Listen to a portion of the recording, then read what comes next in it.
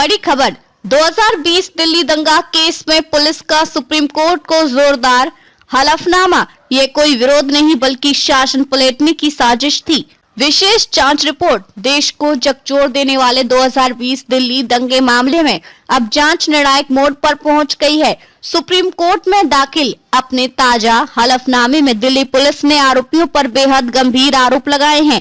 Police के मुताबिक यह सिर्फ सीएए विरोध नहीं बल्कि राज्य को अस्थिर करने की एक सुनियोजित राष्ट्रीय साजिश थी।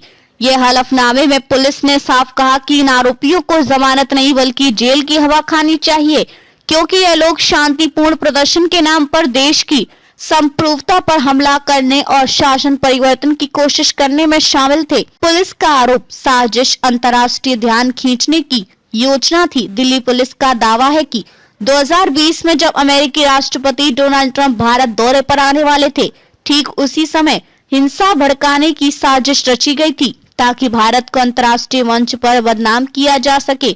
हलफनामे के अनुसार इस साजिश का उद्देश्य वैश्विक मीडिया का ध्यान आकर्षित करना और सीएए के विरोध को भारत में मुस्लिमों की नरसंहार की कहानी में बदलना था। पुलिस ने यह भी कहा कि आरोपी पक्ष द्वारा उपयोग किए गए व्हाट्सएप चैट, दस्तावेजी और तकनीकी साक्ष्य दिखाती हैं कि ये आंदोलन कट्टरपंथी उत्प्रेरक के रूप में डिजाइन किया गया था, जिसका लक्ष्य था देशव्यापी उथल-पुथल। ये दंगा नहीं बल्कि शासन परिवर्तन की कोशिश थी। हलफनामे में कहा गया कि आरोपी शर्जील इमाम, उमर खालिद और अन्य ने सीएए विरोध के मंच का उपयोग शासन परिवर्तन अभियान के लिए किया।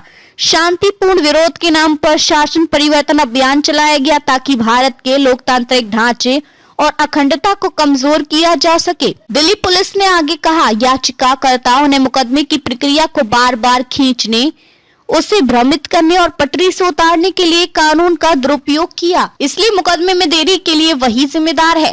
पुलिस के सबूत, डिजिटल चैट, भाषण और नेटवर्किंग। पुलिस की जांच के मुताबिक आरोपी शर्जील इमाम और उमर खालिद के सोशल मीडिया और फोन चैट से वृहद साजिश के संकेत मिले।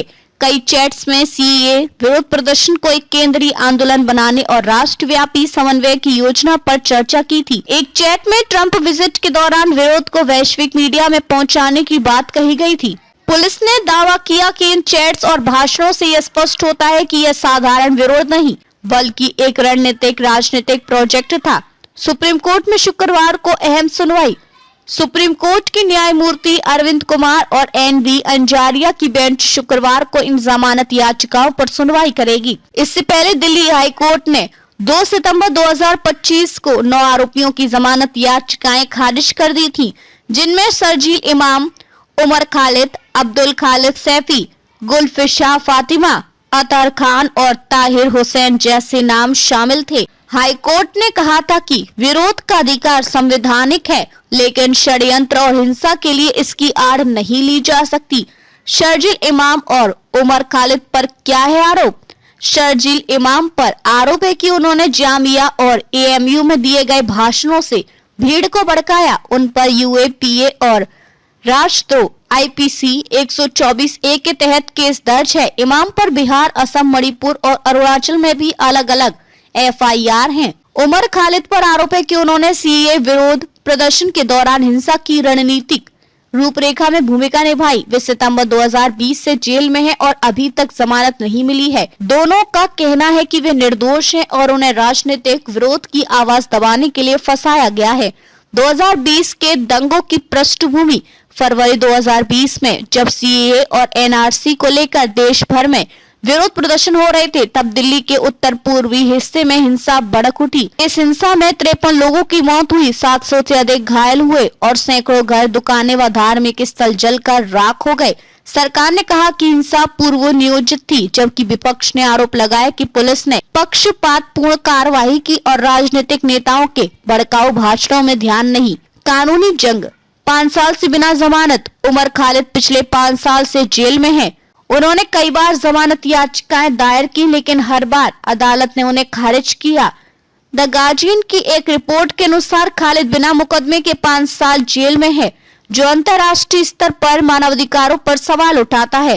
कानूनी विश्लेषण। इस मामले में यूएपीए लागू किया गया है, जो आतंकवाद या देश की अखंडता के खिलाफ अपराधों पर लागू होता है। इस कानून के तहत जमानत मिलना लगभग असंभव होता है जब तक अदालत को मामला झूठा न लगे। कानूनी विशेषज्ञों का कहना है ये मामला भारत में विरोध की राजनीति और आतंकवाद रोधी कानूनों के इस्तेमाल की सीमा तय करेगा। भविष्य का असर ये केस तय करेगा कि शांतिपूर्ण विरोध और साजिश के बीच की कानूनी रेखा कहां खींची जाएगी। सुप्रीम कोर्ट का फैसला न केवल इन आरोपियों के लिए बल्कि देश में विरोध और अभिव्यक्ति की स्वतंत्रता के अधिकार के लिए भी एक मिसाल बनेगा।